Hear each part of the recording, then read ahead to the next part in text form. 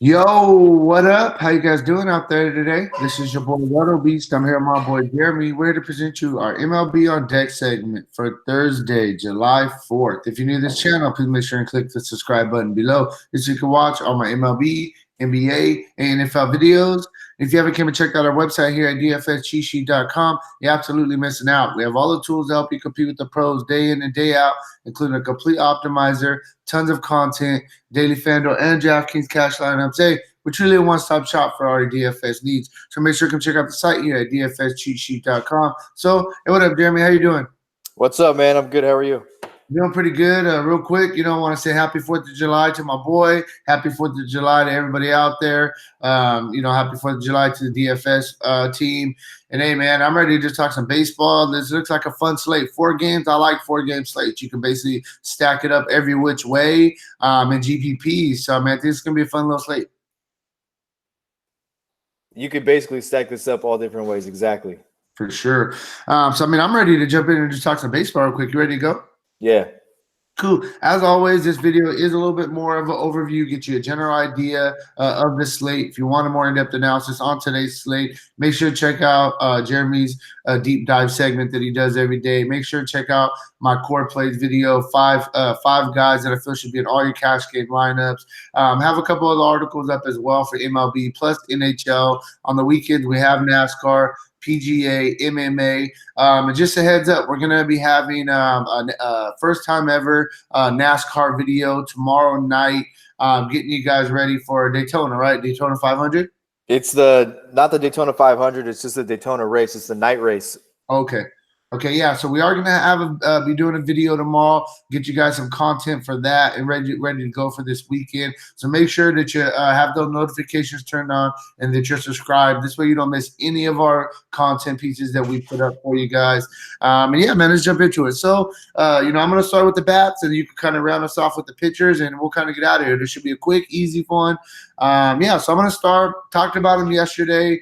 Hope you guys listen. I'm going to go right back to the well. The Atlanta Braves, they get a matchup today against Zach Eflin at home. Really, really good hitting environment in Atlanta. They call it the Coors Field of the East. I think this is a really good spot once again for the Braves. Zach Eflin gives up a 38% hard contact rate, 252 ISO to lefties, 108 ISO to righties. You want to attack him with the lefties. The guy standing out, obviously, you're looking at Freeman, Markakis, Albies. Those are like the big time lefties in this lineup. But you can definitely still come at them with the right handers and Acuna, Swanson, Donaldson, Austin Riley. They all are swinging pretty good bats right now. Had a really, really good day yesterday. Look to continue seeing that rolling today. The wind is blowing out 8 miles an hour to left field as well. So that's even boost up the hitting environment right there. Next, I'm going to go to the Texas game. I like both sides of this game. I'm going to start with the Rangers first. We kind of talked about this yesterday. Texas gets a matchup against Griffin Canning. He gives up a 40% hard contact rate, 219 ISO to lefties, 236 ISO to righties. Just like we mentioned yesterday, Canning is a good pitcher. The Angels are going through it right now with what happened to their teammate, and they're playing off emotion. So, I could see the guy definitely coming out and having a really good performance, but I can also see on the flip side of things, the Rangers come out and put up some runs. It's hot in Texas. The balls are going to be flying. You can look at both sides. You're looking at Chu, DeShields, Andrews, Mazzara, Gallo, Cabrera's in play. Those are the Texas guys that really stand out to me. Gallo probably the cream of the crop if you want to get one bat from Texas. And then on the flip side, you got the Angels. They get a matchup against Lance Lynn, who gives up a 40% hard contact rate, 134 ISO to lefties, 161 ISO to righties. You're looking, it's Calhoun, Trout, Otani, Upton. You can look at Bohr coming in on the cheaper end if he's in that lineup. Simmons also swinging a decent bat this season. So I definitely think you can look at both sides of this game. Moving on, I'm going to go with Boston. I like Boston. They're getting a matchup with the opener and Derek Law for Toronto. Gives up a 43% hard contact rate, 0.085 ISO to lefties, 340 ISO to righties. So you definitely want to attack him with the righties. And, Boston has some big right-handed bats. You're looking at Mookie Betts, Bogarts, JD Martinez. Chavis, you could throw in there. Devers, you could throw in there, swinging a good bat right now. So I definitely like Boston. It's going to be a bullpen game for the Blue Jays. So Boston's definitely in play. I like them a lot. And last but not least, I'm going to go right back to the well with my Dodgers. They get a matchup against this guy, Dinelson Lamet. The guy's making his debut today. For the Padres, and we always talk about it. I understand. I don't necessarily. I kind of am stepping back from saying I just want to attack people making their debuts, but at the same time, bro, the Dodgers are top 2 hitting team in baseball, so it's tough to go away from them against a young pitcher. I mean, we're looking at the obvious guys. You got Jock Peterson, Verdugo, Justin Turner, Bellinger, Muncy, Beatty, Taylor, all these guys are swinging really, really good bats right now. So I definitely think that the Dodgers are in play. So that's kind of where I'm at with bats, man. I feel the people I talked about, Atlanta, Texas, Boston, the Dodgers, and the Angels are the ones that are really, really standing out to me. I mean, I think you could still look at Toronto. I think they're in play. You could possibly look at Philly just because they have a good lineup and a really good hitting environment. I'm not really on the Padres. They get a tough matchup against Raul today, who's arguably top 3 pitcher in the MLB right now. That's really where I'm at. Well, where are you at pitching wise, bro? There's 3 options, right? There's 3 options in my opinion. You can look at Soroka as a 4th option, maybe, but this is an ugly pitching slate. It's a 4-game slate. This is a GPP slate. This is not a slate to go ahead and stack up a bunch of entries in cash game lineups. It's just not a 4-game slate like this. It's 90 degrees in all 3 outdoor ballparks, and then you've got Boston and Toronto. First of all, storm and scratch. This is a bullpen game, right? They got Derek Law who will open it, and then Thomas Pannone. He's also a pitcher, a relief pitcher.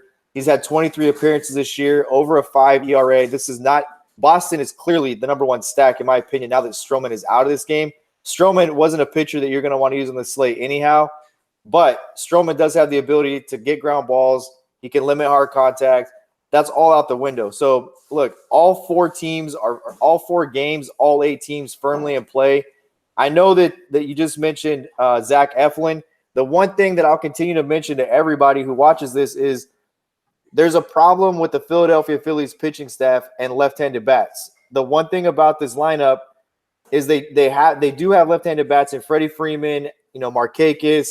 Albies is a switch hitter, but Eflin could navigate his way through this, and I wouldn't be totally shocked if he threw a quality start out there. But like you said, the wind's blowing out. It's a small ballpark. It's 90 degrees. So there's not really any safe pitching options in the first 2 games. You look at the 3rd game, I loved Griffin Canning yesterday, and we've talked about the Angels and losing Tyler Skaggs, and they're on the road, and they've got nothing else to do. They've won 2 games since Skaggs' death.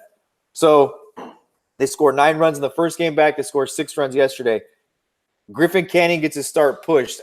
Griffin Canning, you have to think that had everything to do with the loss of Tyler Skaggs. He just wasn't emotionally ready to go out and pitch. He's a young kid, and they bumped him. I look for him to go out today and either get lit up because he can't control his emotions, or what I think is going to happen is the guy has a ton of potential. His stuff is electric. And then Lance Lynn on the flip side of it. Nobody's giving Lance Lynn any credit, and all he's done is go out and throw quality start after quality start after quality start this season. I think that this could be a closer game and a lower scoring game. I definitely kind of have the itch to bet the under on this, and I think that you're right with the Dodgers. I mean, if you're playing cash, there's only 1 pitcher to play, and that's Ryu. But the Dodgers should get all over San Diego. The Giants just put up, I think, 13 runs, 10 runs, and 7 runs in 3 games against San Diego, and the Giants definitely don't have the offense the Dodgers have. So, the Dodgers and Boston as a stack is probably going to be really popular. If you're looking to get both exposure to both those teams, you go 4-3-1 off. Use Ryu because you can definitely go and build. You can actually build 5, a 4-man Dodger stack, add Ryu, and then go 3 and a 1 off. And I would build a ton of lineups like that. I would build 4-man Dodger stacks with Ryu as my pitcher.